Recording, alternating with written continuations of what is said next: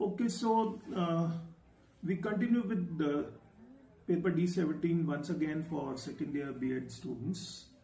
And in this session, I'll talk about the objectives that we have to keep in mind for this paper. The first objective is to reflect upon current level of literacy skills of the self. Remember, here the stress is on self. You have to focus on your own literacy skills first. What are these literacy skills? Remember, in the class I made it very clear to all of you the distinction between literacy and education, and who is illiterate and who is literate. Similarly, who is educated and who is uneducated.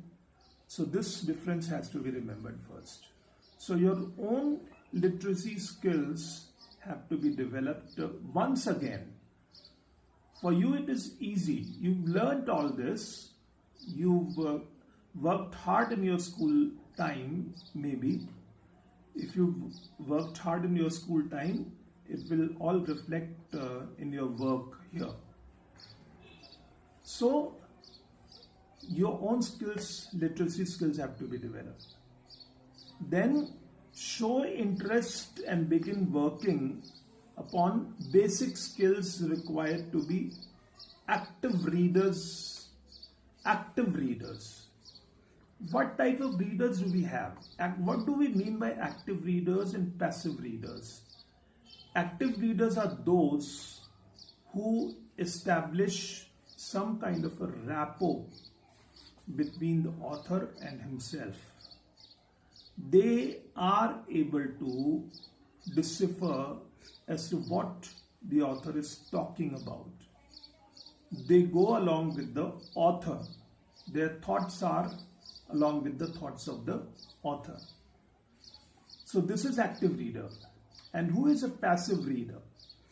The passive reader, in fact, may be reading aloud or reading silently, but his mind would be hovering around. He would not be concentrating upon the text or concentrating upon what he is reading. In fact, if you ask questions from him, he or she may not be in a position to answer those questions also. So, it has to be in a very controlled manner, this comprehension level. Your comprehension has to be in a very controlled manner. You have to be very, very clear as to what you're reading, and this input will depend on what you are going to write later on. Then another objective is show interest and begin working upon basic skills required to be independent writers. What does this mean? You have to show a lot of interest and work accordingly.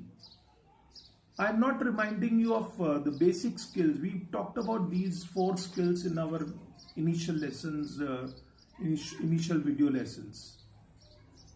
Listening, speaking, reading, writing. And you have to be independent writers after you've been independent readers. So your writing will depend on what you've read and how you have read. If you've been a serious reader, if you've been involved with your author, your reflection will be very, very natural, and you will be able to say whatever your thoughts are. You will be able to put your thoughts on a piece of paper. Understanding adequate intern, audience and organization of the content. You also have to remember as to who you are writing for. Who is your audience?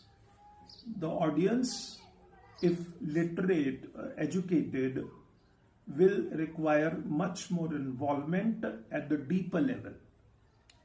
The audience not so educated may require You're dealing with the text at a very surface level. So this has to be kept in mind. And your organization of the content. Which content am I talking about? The content that you're writing, not the content that you're reading. You've already read and you finished your reading. Once you've done it, you are now reflecting it in your writing. So this content that I'm talking about is the content that you are going to write after your reading. This has to be organized in a systematic manner very well. It has to have a beginning, a middle, or an end. And you all know that a work well begun is half done. A work well begun is half done. For the middle, the authors say golden mean. Mean means center. It has to be golden mean.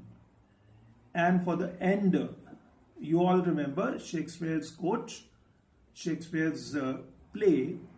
The title is All's Well That Ends Well. So it has to be good beginning, good middle, and good ending. Everything has to be appropriate. Then, of course, you have to prepare yourself to facilitate good reading, writing in students across the stages. The entire work that we are talking about is focused upon your students. And your reading and your writing will also have to be concentrated upon your students. So accordingly, you have to proceed keeping in focus your students. Then our objective also is to find reading, writing as learning and recreational tools rather than a course task. What is our problem generally? We are scared of our course when we look at it. We feel that it's too heavy, too big. We are scared of it. If we take it as a recreation, if we take it as an entertainment, much of our task gets simplified.